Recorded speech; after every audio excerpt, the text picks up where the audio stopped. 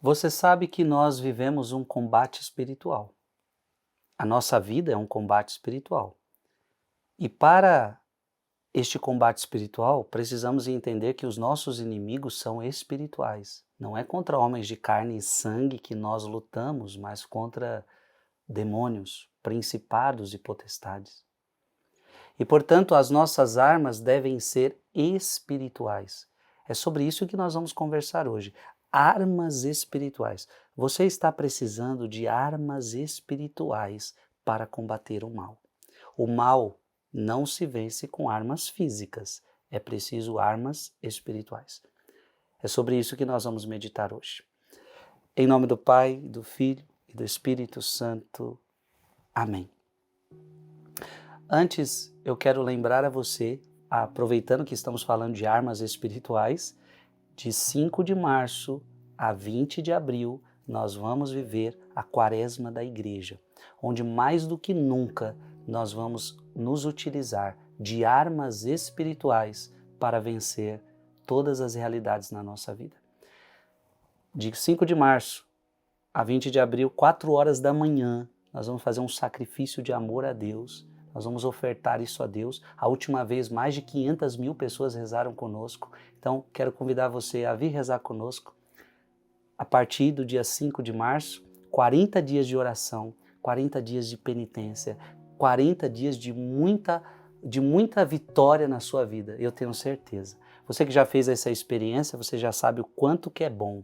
E você que nunca fez essa experiência na sua vida, não deixa passar mais essa. Tá? Venha fazer conosco, venha se unir a mais de 500 mil pessoas para rezar, para estar na presença de Deus, tá bom?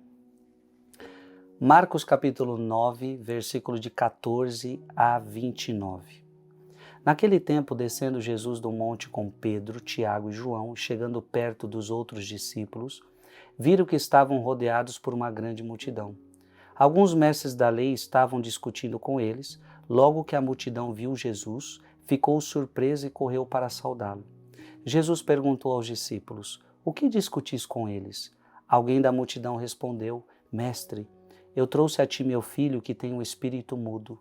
Cada vez que o espírito o ataca, joga-o no chão e ele começa a espumar, range os dentes e fica completamente rijo. Eu pedi aos teus discípulos para expulsarem o espírito, mas eles não conseguiram." Veja, estamos vendo aqui um ataque do demônio. E na nossa vida, minha gente, é a mesma coisa. O demônio fará diversos ataques. Então nós vamos precisar de armas espirituais para vencer os ataques do demônio. É isso que Jesus vai ensinar hoje.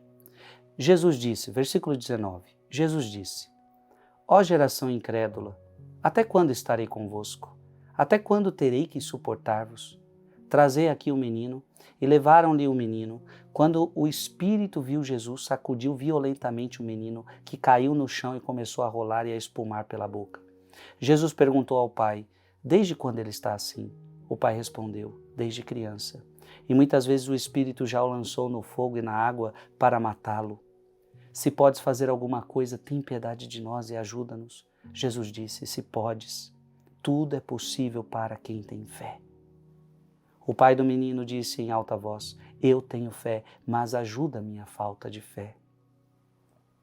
Jesus viu que a multidão acorria para junto dele. Então ordenou ao espírito impuro: "Espírito mudo e surdo, eu te ordeno que saias deste menino e nunca mais entres nele." O espírito sacudiu o menino com violência, deu um grito e saiu. O menino ficou como morto e por isso todos diziam: "Ele morreu." Mas Jesus pegou a mão do menino, levantou-o e o menino ficou de pé. Depois que Jesus entrou em casa, os discípulos lhe perguntaram a sós: "Por que nós não conseguimos expulsar o espírito?" Jesus respondeu: "Essa espécie de demônios não pode ser expulsa de nenhum modo a não ser pela oração."